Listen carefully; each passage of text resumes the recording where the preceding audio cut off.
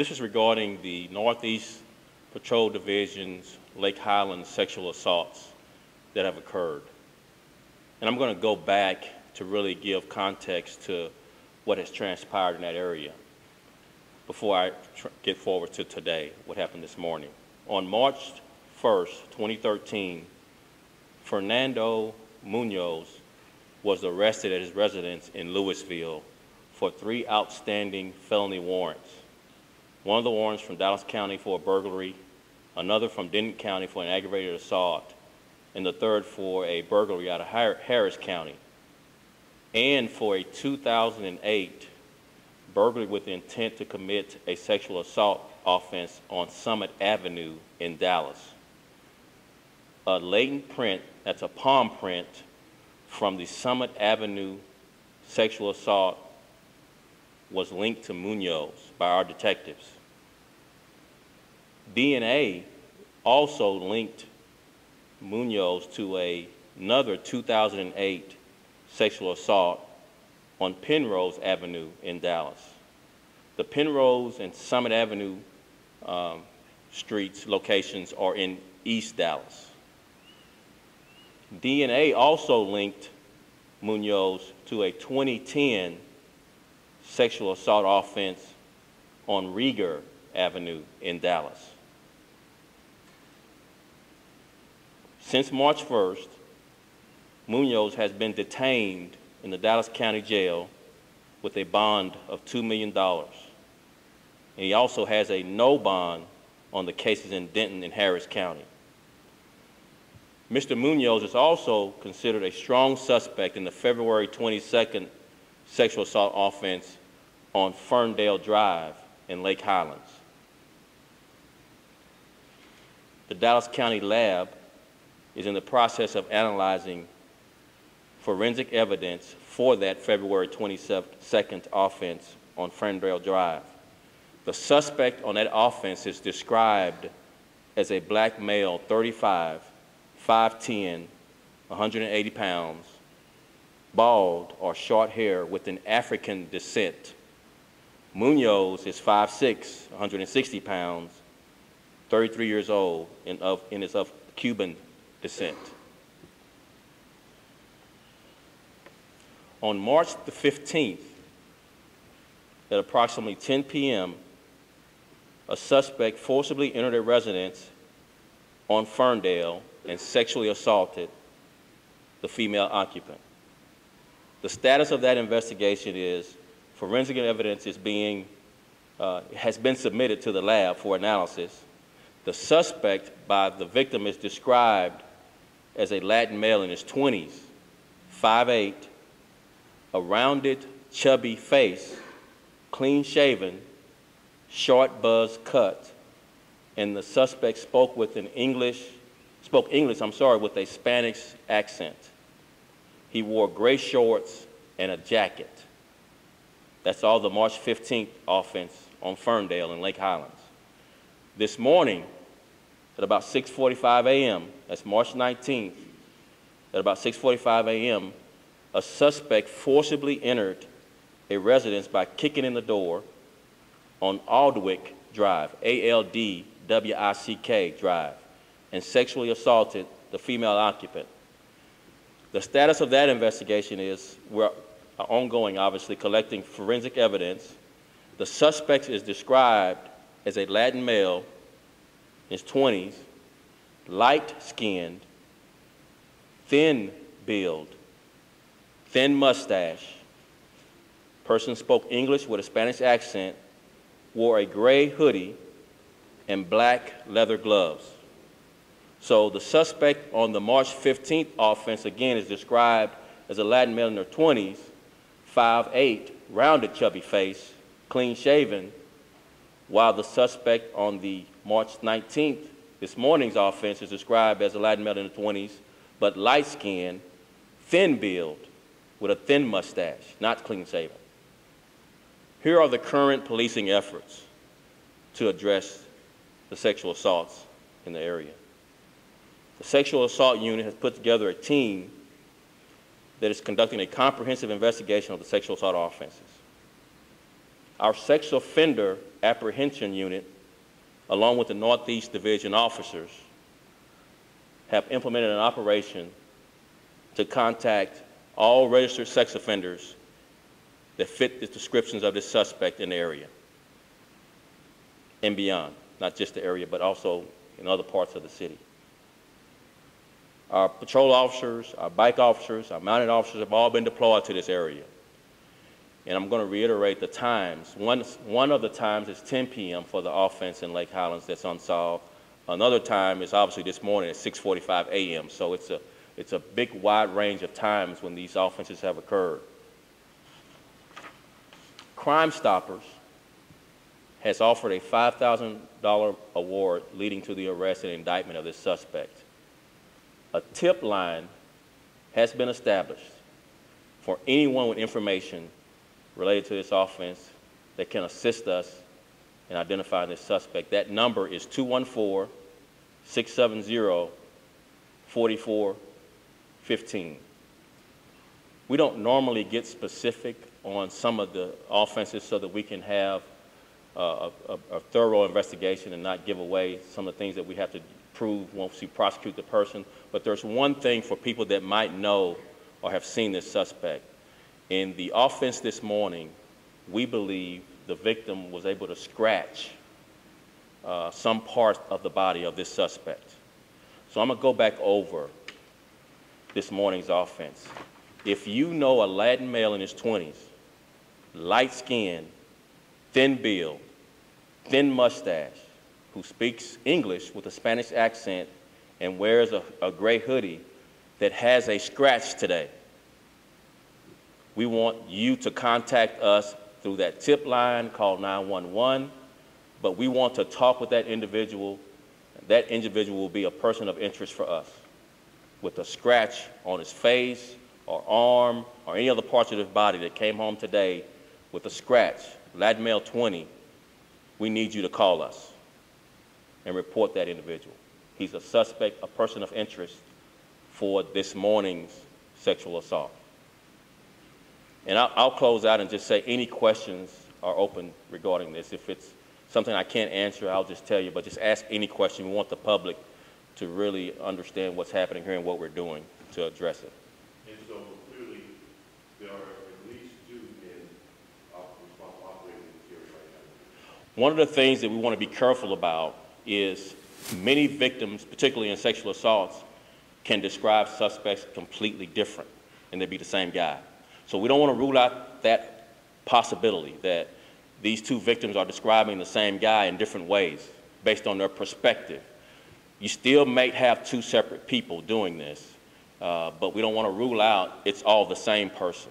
And so we're leaving everything open at this point until we are able to develop more leads.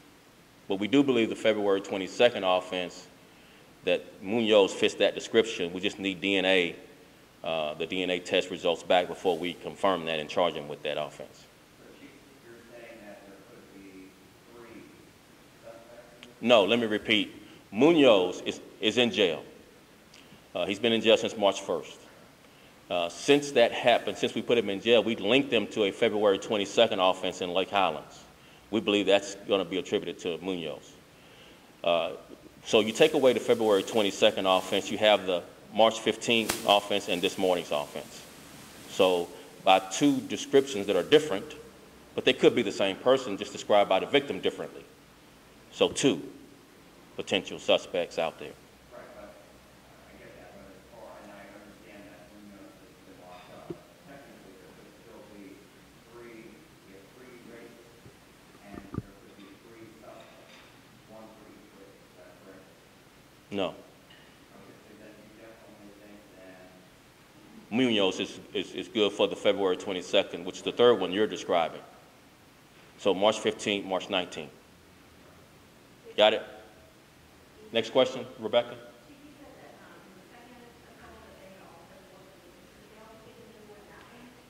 No, and I'm glad you asked that question. Munoz's MO has been to break out a window, right? That's how he has gotten in, and that's how his method of operation has played out. So the March 15th sexual assault, the window was broken out. but he was in jail. This morning's offense, the door was kicked in.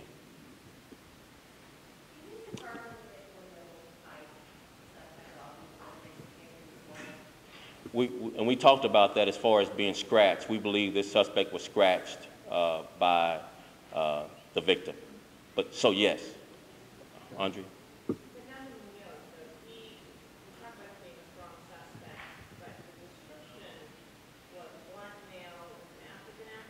Yes. Right, right, yeah. It's distinction in the culture. So he's Cuban. So for some people who have the ear for the accent, Cuban could be an African accent. And our victim has that, described him as a black male in one of the offenses. And Cubans can be described as black males, but they also can be described as Hispanic males, and they also could be described as white males. But the accent can also be both Hispanic and African, based on someone's perception of the dialect being African when it's Hispanic or Cuban. Yes. The school closings in Richardson have been interviewed as a suspect. I'll let Chief Lawrence, who's been dealing with Richardson ISD, kind of talk to you about what happened there. It's a little bit different than what usually happens. Yeah, the Richardson school incident, Richardson ISD was reviewing calls in the area, as they routinely do. They saw the call come out. I believe just with an overabundance of caution, they decided to go to a soft lockdown. It was not requested by us. At that point, we were not actively looking for a suspect in the area. Chief, Thanks, Tom. talk about being careful and paying attention. Both March 15th, March 19th, the husbands left the house. And this morning's incident, this minutes after he departed for work. This is not a corner house, it's somewhere in the middle of the block. It's almost like this house is being watched. Right, let me make sure I clarify that. On March 15th, the victim is not married. This morning's offense, the victim is married, and the husband had just left for work, and there was some rummaging of the shed, we believe, so this person may have been committing some type of burglary or theft, thinking that, we don't know, we're just speculating, could continue into the house and confronts the victim here, who was still in bed. Do you believe the rapes or the first conduct could be linked to property crimes or other types of crimes? We're looking at any and all possibilities. That's one of the possibilities we're looking at, is also not just look at sexual assaults in the area, but look for burglaries in the area, and palm prints, fingerprints, any other type of DNA evidence, fibers that could be found in all of the areas. So we're looking back in time at our suspicious persons calls in the Lake Highlands area. We're looking back at all of our burglary and other property crime calls to see what types of connections as far as suspect descriptions or suspicious activity that can be related. Yes, Jack? Chief, Did you get the 3 and 2 straight? well, I did. Okay, great. Thank you for being concerned. My question is, how many people are you looking for or trying to contact? How many sex offenders are you trying to contact? You mentioned that you're trying to contact them. How many people is that in that just area, and you said you're looking citywide? I don't have that handy with me as far as how many. I would just say any and all, and fast and in a hurry is the time frame. We're going to be very aggressive at pursuing this suspect, and we want the public's help, and we want to expand the area if we're not successful in the immediate area contacting registered sex offenders. They can, if not be a person of interest, they can provide a lead, or they can give information related to what types of things that's happening in this area as far as suspicious activity. So we think it's a lead that we can follow, and they have to register, so we know their address, and we're going to be very aggressive in this aspect. Yes. We've talked to Dr. Bernard this morning at SWIFT's, at the Southwest Forensic Science Lab, and we're hopeful that we'll have DNA results for the February 22nd offense by late tomorrow or the following day. So we can either confirm that Munoz is good for that, or be looking for someone else. Yes, sir. Why it's happening? Why this area specifically? Well, you know, one is too many, right? So we take them all seriously. The whys is just left to speculation. It's just not a good time to speculate. For this neighborhood, they need to hear facts, and they need to hear from us what we're doing about it, rather than just speculation. Because if you can imagine, if you live in Dallas or live in Lake Highlands, the concern you have about this, we want to make sure we don't speculate and lead people to have anxiety when it's not. So we don't know why. We just don't know the why. When we catch this person, we'll find out more. I guess the bottom line is what you're saying is, Munoz, we caught him, we think he actually sold a bunch of women. He's off the streets, we have, again, at least one agency, but I'm guessing probably one even knows what he's doing. So, I mean, it just keeps happening. So I guess the reason why we're bringing up Munoz is just to sort of reassure the public that one's off the streets, but one's still out there. Well, if you don't tell the story, the reason why we're bringing up Munoz is because you can mix and match what's happened in Lake Highlands and get confused about it. And we want the public to be clear about some of the offenses that have occurred we attribute to Munoz, and he's in jail and won't be getting out. And we want the public to be concerned about the right things, is that obviously the today's incident and the March 15th incident have outstanding suspects we need to catch, and we need their help.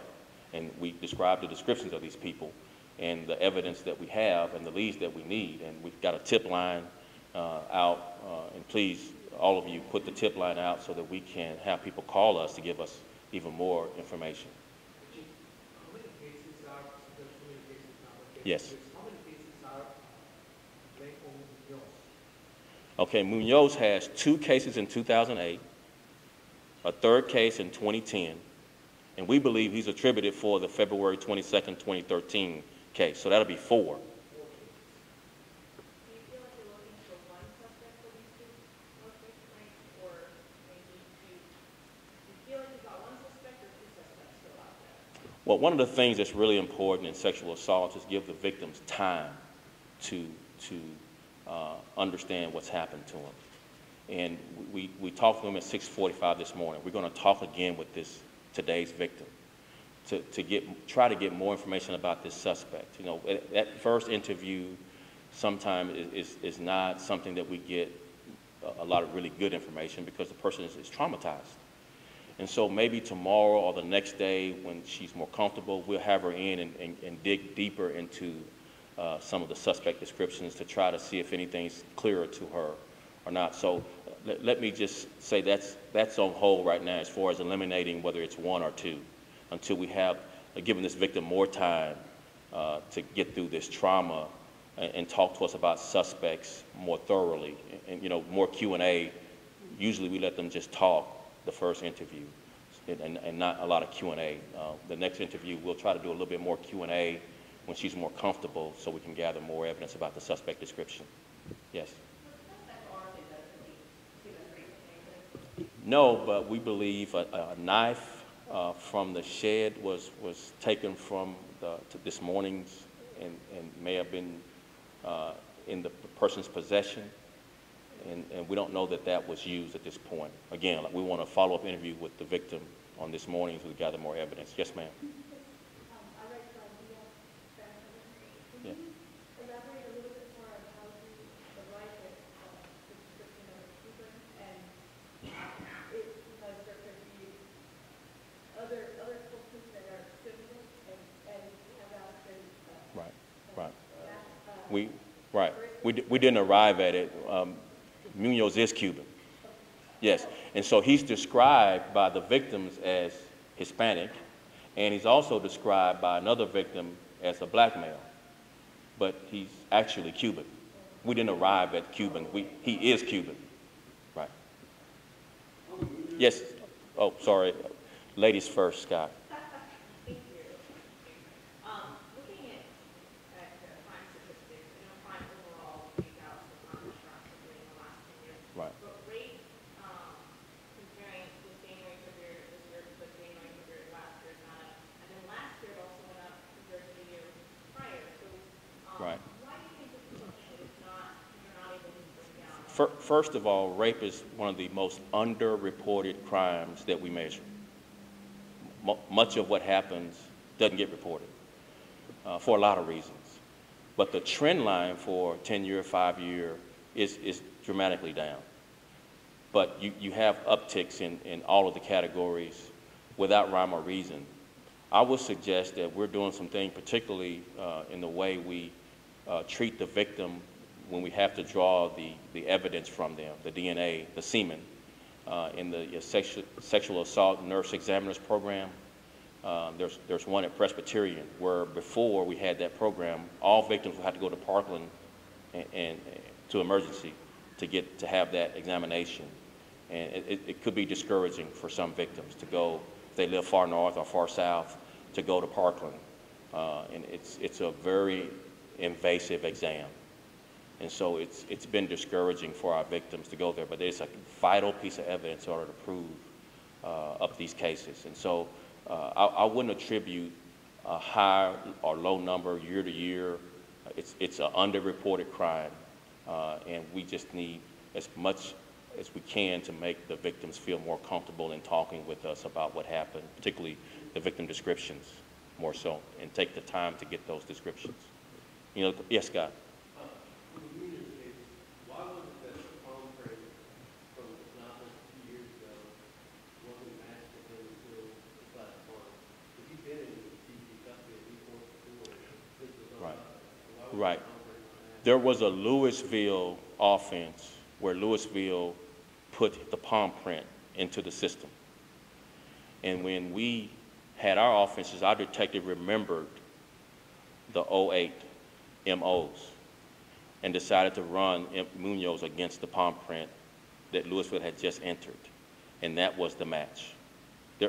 Our detectives working with the system, understanding that at one time we couldn't, through technology, enter palm prints in our automated fingerprint system. And we recently could, and because of that recent technological advancement, we were able to match palm prints. You could previously match fingerprints only in the automated system. Palm prints had to be searched manually. And so because of that technological advance, palm prints are able to be matched. You were talking earlier, sir, about insurance, Lake Highland District. What did you say is in Lake Highland, this area? Ferndale, north of highway, Right. Hoodie, I can tell you right now, I know the Lake Highlands area real well. I ran that division for some time. They're a passionate group of people. It's one of the safest neighborhoods in Dallas. They work well with the police, and we just want them to work with us, provide information to us, and to take some satisfaction in knowing that we're throwing everything that we have, all of our resources, at this issue until we bring this suspect to justice. And we won't rest until this person is caught, arrested, and put into the criminal justice system. But Chief, why bringing those cases up this morning? What's the relevance? Why are you doing it? Because you got confused when I started talking about all the cases, and until I brought up Munoz, you didn't really understand how many cases he had done compared with what these other suspects have done, and I suspect the public has felt the same way. Which of the cases are which? How many suspects are we talking about? And so we wanted to clear that up, not only for you media people who keep up with it every day, but for citizens that may hit or miss what they read or what they hear on TV. We wanted to make sure it was clear to everyone that we have some Lake Highland cases that we attribute to Munoz. And then there are 2 others that happened when Munoz has been in jail. Chief, I know, yeah, I just want to make sure I'm clear. At least 2 this month that aren't moving. Yes. 2 different descriptions, but I mean, they're so close to each other when this happens. What's the likelihood that there are 2 guys that are raping women on like streets right next to each other? We just have to leave that option open. I'd hate to be so early, you know, less than 10 hours ago, we had this offense happen today, to eliminate that this victim is describing somebody the wrong way. Let us follow up with this victim and talk with her again when she's still going to be traumatized, but it'll be not so fresh trauma, where we can talk her through and do more Q&A about how she's describing the suspect, so that we can then say it's 1 or 2. It's just too early to eliminate the possibility that there are 2 guys. So we want to leave that open. 2 coincidental. Yes. Yes, sir. Were you able to get enough DNA evidence on today's attack based on the woman's scratch? Don't know yet. We hope so. We don't know yet. Thanks, guys. I appreciate it.